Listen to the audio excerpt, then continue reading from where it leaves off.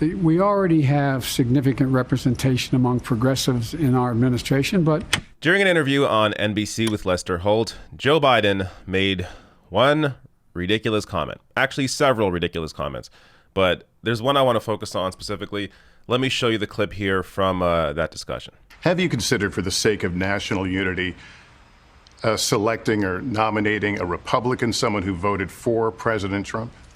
Yes, and we still have a lot more appointments to make. I want this country to be united. The purpose of our administration is, once again, united. We can't keep this virulent political dialogue going. It has to end. Should we expect an announcement? No. Not ever or not soon? No, not soon. Okay. What about former rivals from your own party, Bernie Sanders, Elizabeth Warren? Have you talked to them about cabinet positions? Well, I've talked to them. Look, as I said, we already have significant representation among progressives in our administration, but there's nothing really off the table. But one thing is really critical. Taking someone out of the Senate, taking someone out of the House, particularly a person of consequence, is a really difficult decision that have to be made. I have a very ambitious, very progressive agenda, and it's going to take really strong leaders in the House and Senate to get it done. All right. Now I'm going to get to the comment about progressives in a second here. But first, the question from Lester Holt about Joe Biden, are you going to reach out and bring Republicans into your administration? This is nuts. And it shows you how far right-wing the media is. And when I say the media, I mean mainstream news, NBC, ABC, CNN, MSNBC. They always take this right-wing framing. And of course, Fox News, but that goes without saying. But did you see Donald Trump at the beginning of his administration? Was there anybody on NBC, ABC, forget Fox News, but just, mainstream outlets asking Donald Trump, are you going to reach out to Democrats? Are you going to bring Democrats into your administration?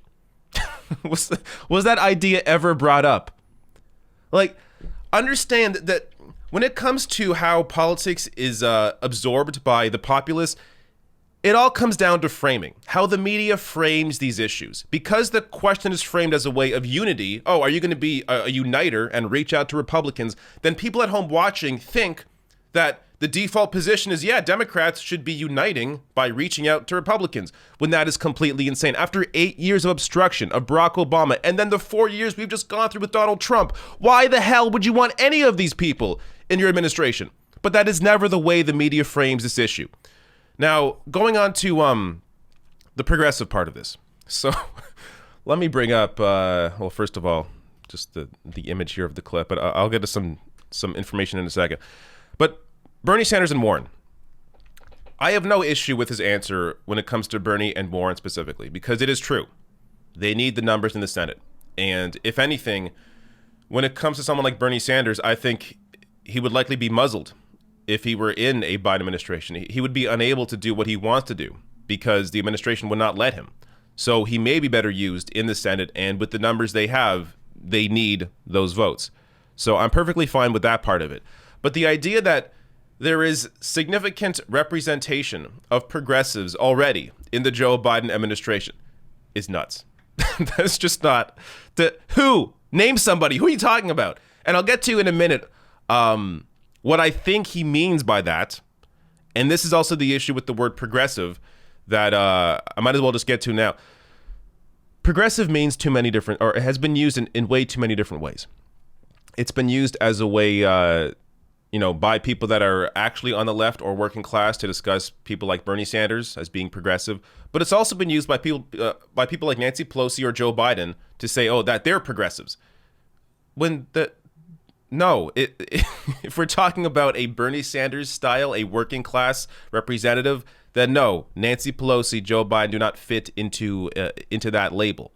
But this is why I've begun to use more other words now, like working class or the left. I prefer to use working class, as I think that really is there is no denying what working class is. So we're talking about lower middle class people, working class people that don't own companies, that don't run businesses, people that aren't in these Washington circles. Talking about the average person, working class. So I think working class is a better term to use, as progressive has been thrown around too much. But to the idea that we already have significant representation of progressives in our administration. Justice Democrats here replying saying fact check required. Justice Dems, of course, the group that backed AOC, Jamal Bowman, Ilhan Omar, Rashida Tlaib, Cori Bush. Basically, every working class congressperson is a Justice Dem, just to be a little more clear on that. But let's get a little more into specifics here on who's actually in Joe Biden's administration and why there is not significant representation of progressives. So Common Dreams here with the headline, "Today feels like a betrayal. Sunrise Movement blasts Biden pick of big oil-backed Cedric Richmond for key post. President-elect Biden assured our movement he understands the urgency of this crisis. Now it's time for him to act like it." So that's one example of somebody who is definitely not progressive. You also have Tony Blinken here, who I covered in a video this week going through his history, but just a brief summary here from Jacobin. Tony Blinken, who will be nominated for Secretary of State as the Biden-Harris transition team announced Monday, has rightfully attracted considerable criticism for a record of supporting wars and so-called humanitarian interventions. Blinken was a top aide to Biden when the then senator voted to authorize the U.S. invasion of Iraq, and Blinken helped Biden develop a proposal to partition Iraq into 3 separate regions based on ethnic and sectarian identity.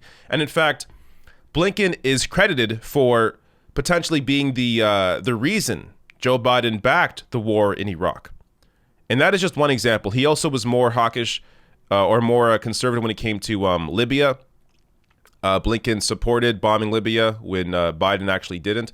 So again, this is not somebody who it would count as being part of the representation of progressives in a Joe Biden administration.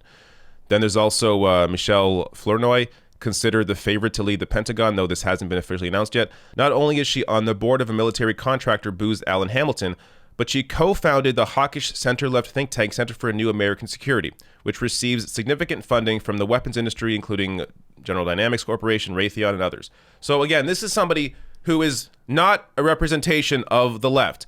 I would have loved to seen a follow-up to that question and ask, okay, who do you mean specifically? You say you're not going to have Bernie and Warren in. I understand. They're senators. Then what is this representation of the left in your cabinet? But again, because the media is so right-wing, that isn't even a question that crosses Lester Holt's mind to ask. Another example here, hashtag feminism, not militarism. Peace groups blast Biden's DNI pick over links to drones, torture, and mass surveillance. CodePink co-founder Medea Benjamin and Nicole J.S. Davies recently noted that Avril Haines provided legal cover for CIA torture and worked closely on the Obama administration's expanded drone policy. Where is this progressive representation? It does not exist. And this is what I think Joe Biden means by progressive. So Ibrahim, the person who initially posted this clip, just to give him credit here, said this by, quote, significant representation for him, diversity equals progressive. I think this is 100% true. I think when Joe Biden says progressive, he thinks anybody who's not a white man.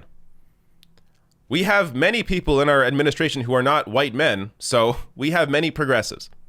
This is why we can't use the word progressive. It's being thrown around way too much. It's essentially lost all meaning. And there are just better ways to represent, better terms to represent what we're talking about when we mean progressive. Working class, I think, being the best one. So this is something where, even though there's someone like, I could have also brought up John Kerry as Sunrise Movement. The climate activist group even appeared to be okay and open to working with John Kerry. But even that pick is, look, none of these picks are progressive. There was a list of people that were put out there by progressive groups for Joe Biden to potentially that they would want to see in a Joe Biden administration. None of them have been picked. So if he's talking about progressive representation, then he's not talking about the people that actually represent the left or actually represent the working class. And just on that last point, as I wanted to bring up what I meant specifically when I talked about these progressive groups or these left-wing working class groups pushing certain picks for Joe Biden, I was talking about this. So this is the climate mandate. This is from Sunrise Movement and Justice Democrats. I covered this when it first came out, but they have a list here of people they want to see in Joe Biden's cabinet, and not a single person on this list, even the backups, have been picked for these positions. So you can go through this yourself. I'll link to this below the video under sources. But nobody here is in the Joe Biden administration. So again, when he says progressive, I think all Joe Biden means is people that are not white men.